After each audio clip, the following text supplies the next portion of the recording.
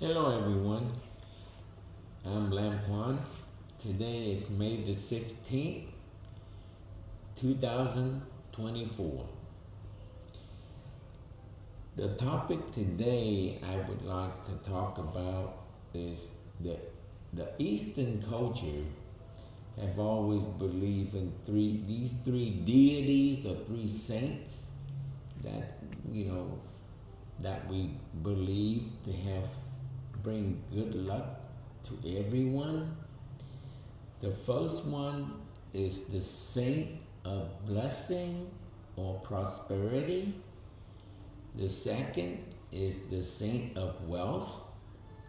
And the third is the saint of longevity or long life. But today's topic, I will specifically talk about the saint of prosperity or blessing. Blessing, to earn one blessing, I thought would be easy. But the further I study into Buddhism, the first patriarch, the the first student, from China, learned from Bodhidharma, and he always tell the lay people that in your lifetime you should achieve or earn 1,000 blessings. It sounds reachable, but the deeper I dig into what is the definition of a blessing in Buddhism, I learned to find out for you to earn one blessing, you have to perform 1,000 good deeds to earn one blessing, which means you have to do 1,000,000 good deeds for you to earn 1,000 blessings in a lifetime. And it sounds, much harder now. But I look at the math of a human's life from birth to 80 years old. If you count in 2 days, that's 28,800 and something days. So let's say it's 29,000 days, which means each day you have to perform 40 plus good deeds, from birth to death at 80 years old for you to achieve 1,000,000 good deeds. That's 1,000 blessings. It's hard. It's not an easy achievable goal, but it's doable if you put your heart into it. That's why now you begin to realize and understand why, for me, I mastered, feng shui. I understand feng shui very profoundly, but living correctly, I'm still lacking because, to earn 1,000,000 good deeds, just that saint alone, I already see it's a mountain to climb already. The other two we have not even talked about.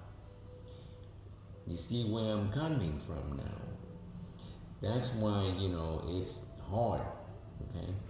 But if you put your mind into it and understand what your purpose is, I think it can be done. So, blessing, there are thousands of different types of blessing. Blessing of your children can do good in school. Blessing to have, a happy marriage and grow old together. Blessing to have good health. Blessing to have a nice house. Blessing to have farm animal that's healthy. Okay? So you can see, there are so many types of blessing. So if you only do, good things, it will look at, and you have to know what type of blessing do you want to earn. Let's, for example, you want to have a good health, okay? So take that example. That means for you to have good health, first, you know, you cannot do anything that you would harm other beings, okay? So, that will make you to become a vegetarian. You have to go save animal. There's so many things that you must do on a daily basis for you to earn that just one, okay? That just 1,000 animal you save, then you have achieved one blessing of good health. You see where, that example is. If you want your children to do well in school, you need to concentrate on donating to school, to third world country, that children that need books, need pencils and papers, calculators, maybe even computer. So doing those things on a constant basis, your children and your grandchildren will do well in school. So each things that you do, okay, it will give something back to you. That is the law of cause and effect. Therefore, if you look at it, I don't think people understand on a daily basis. Every day when you wake up, anything you see or your interaction on a daily,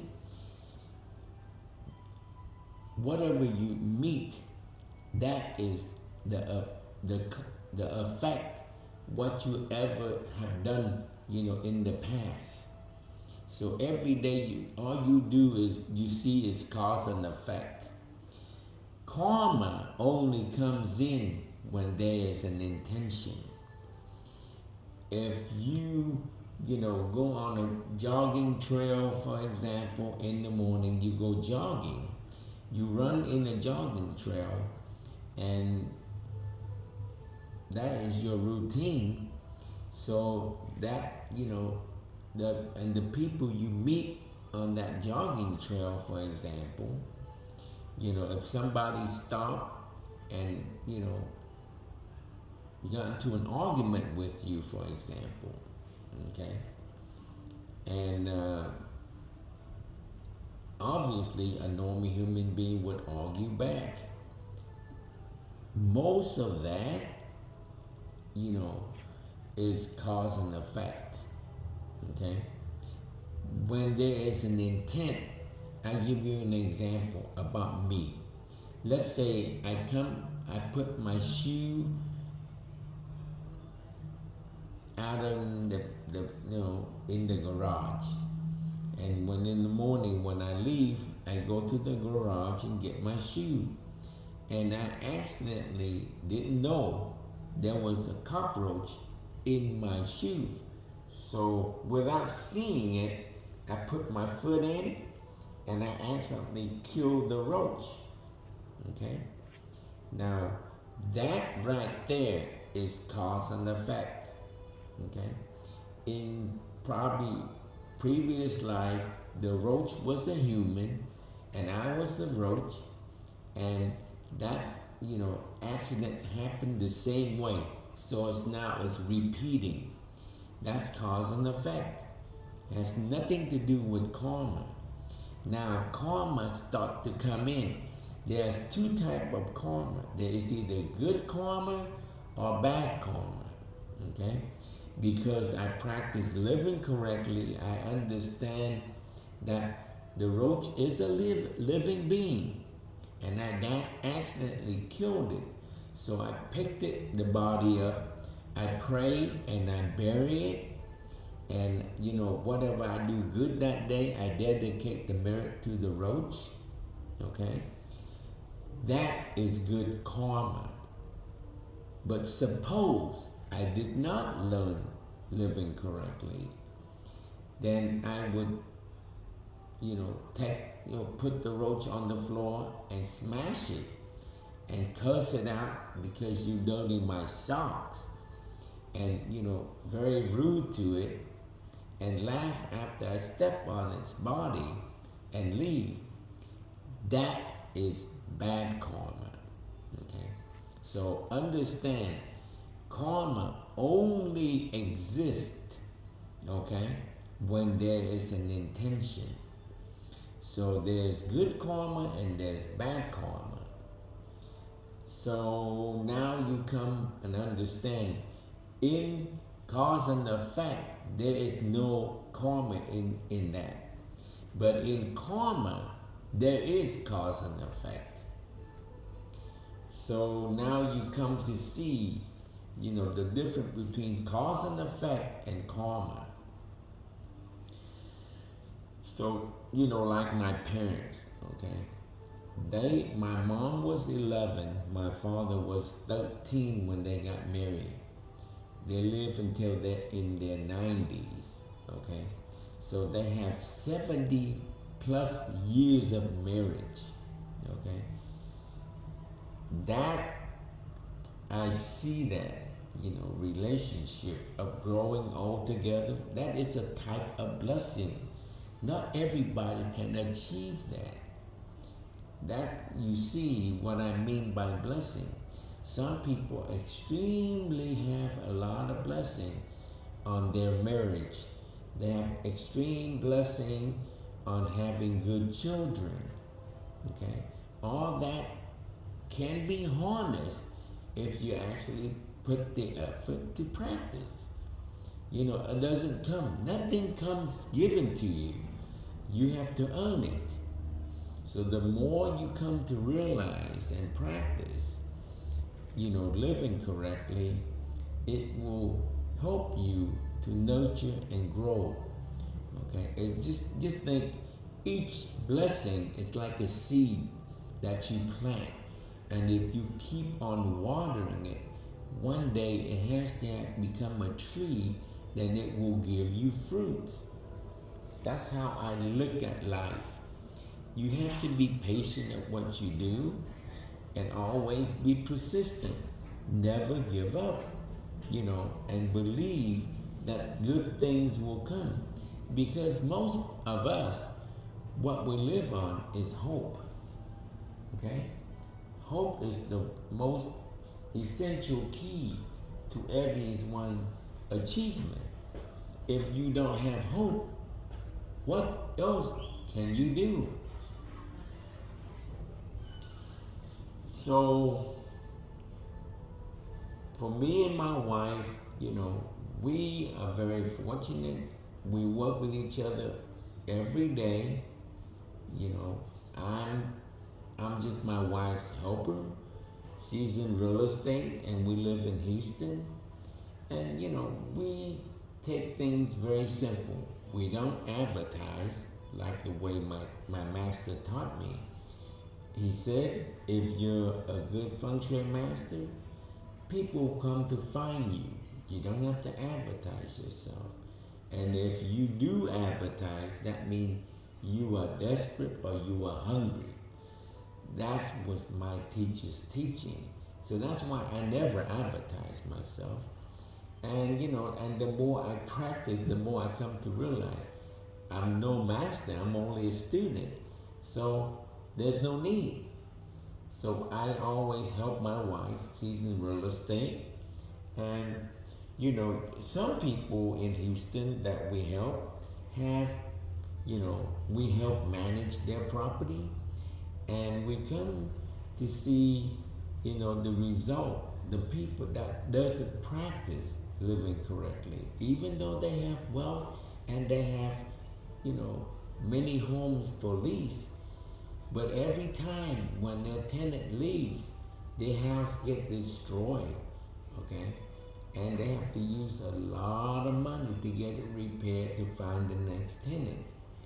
That's why for me, I help them. I explain to them. I said, look, you may have money, but you are lacking the blessing of owning rental property. If you want to do this, you need to practice these following things. And if you're willing to put the effort and do, you will begin to see the change. Okay? The people that comes will not destroy your property. The people that come, they will take care of your house like it's their own. And it's a lifetime of practice. You cannot, okay? Even we go through screening, you find people with good credit, their income is 3 times the rent, you interview them, they look good, but things happen because, the owner lacked that blessing. You notice, you practice well, then good things will come. No feng shui master can come and change that luck for you. I can only guide you and tell you what you should do to achieve, and so you can sustain it rather than borrowing somebody else's luck. But once they leave, everything will fall apart again. You don't want that. You want to be able to hold your own. Okay? That's why the practice is very crucial. I may have, understand, but the more I practice, the more I come to realize, each blessing is very unique. We have to really, really concentrate and practice on that particular blessing, then you will understand, you will achieve it. But this has to be done by each and every one of us. That's why for me and my wife, we are very blessed that we get to work with each other every day. We can eat, lunch together, dinner, breakfast. We do everything together, and, like I have a friend, okay? He, when I mastered feng shui, he and I was still very young. I was dating my wife, and he was not yet having a girlfriend yet. So he asked for my advice. Hey, can you give me the birth year of, that's most compatible with me, so I will have a good relationship with my wife and I will have good children. So I said, yeah, no problem. So I spent the time, do out the calculation. I gave him the list of age, of birth year that's most compatible for him. But unfortunately, he didn't have that blessing. Even though I have the knowledge to know, okay, which birth year is good for him, but he don't have the blessing to get it. The girl that we introduced him to is the right birth year. He likes her, but she did not like him. Or another person with a very good birth year, a very compatible birth year. Now she likes him, but he doesn't like her. It never works out because, and then he finally finds somebody that he really likes, and her age is non-compatible at all. So I gave him my advice. The Buddha's teaching is much higher than feng shui. So why don't you take this advice from the Buddha? Okay? If you're gonna marry her, you should have 4 hats to wear. That's what me and my wife, we practice these 4 hats all the time. The first hat okay, as a couple, best friend to your wife or best friend to your husband. That is 60% of the relationship. Okay? The second hat is the mother to your husband or the father to your wife. Okay? The mother to your husband, the mother, sometime like when I was sick, I was bedridden, I didn't get out of bed. My wife would take care of me, she cleaned me, she take care of all my, basic necessity of going to the restroom, doing number one or number two in bed. She took care of it like I was a little baby. Okay, that's what I mean by becoming a mother, okay, towards your husband, or you become the father to your wife, okay. And then the third one, she is being like my older sister, okay. The older sister is like a mother, but she is a supporting role as a mother. They go hand in hand together. It's a very crucial thing to have. And last is the lover. Okay? These four hats are interchangeable, but the best friend is the most crucial. It's 60%. So that's the advice I gave my friend. And I said, your marriage will be happy. Okay? This is the Buddha's teaching.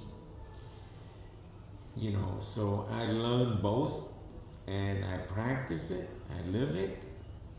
I love the company with, of my wife. And I think that is the key to living, correctly, to earn the blessing. It's not easy, and a lot of my friends would say, you would make a very good life coach or a business coach or, any marriage counselor, whatever. I told them, I said, look, a feng shui master is an advisor to the king. I can advise you anything. I have the understanding of advising and giving you very sound advice, but to achieve it, you have to practice it. That's the only way, okay? So, I don't want you or anybody to go out and spend a lot of money, to go find somebody to tell you, this is that or that is this. But, always look at yourself and find the answers within you. And that's how you correct the problem. If something goes wrong, don't blame other people. Look at yourself and you will find the answer. And I hope that, everybody will understand how deep blessing is, okay? And that's my message for tonight. And I hope that, everybody enjoyed this little show so you can understand why,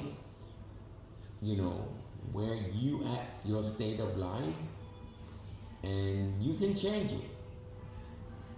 So good luck, and we'll do a next show maybe tomorrow or the next day, and we'll talk about the saint of wealth. Okay? Thank you. Have a good night.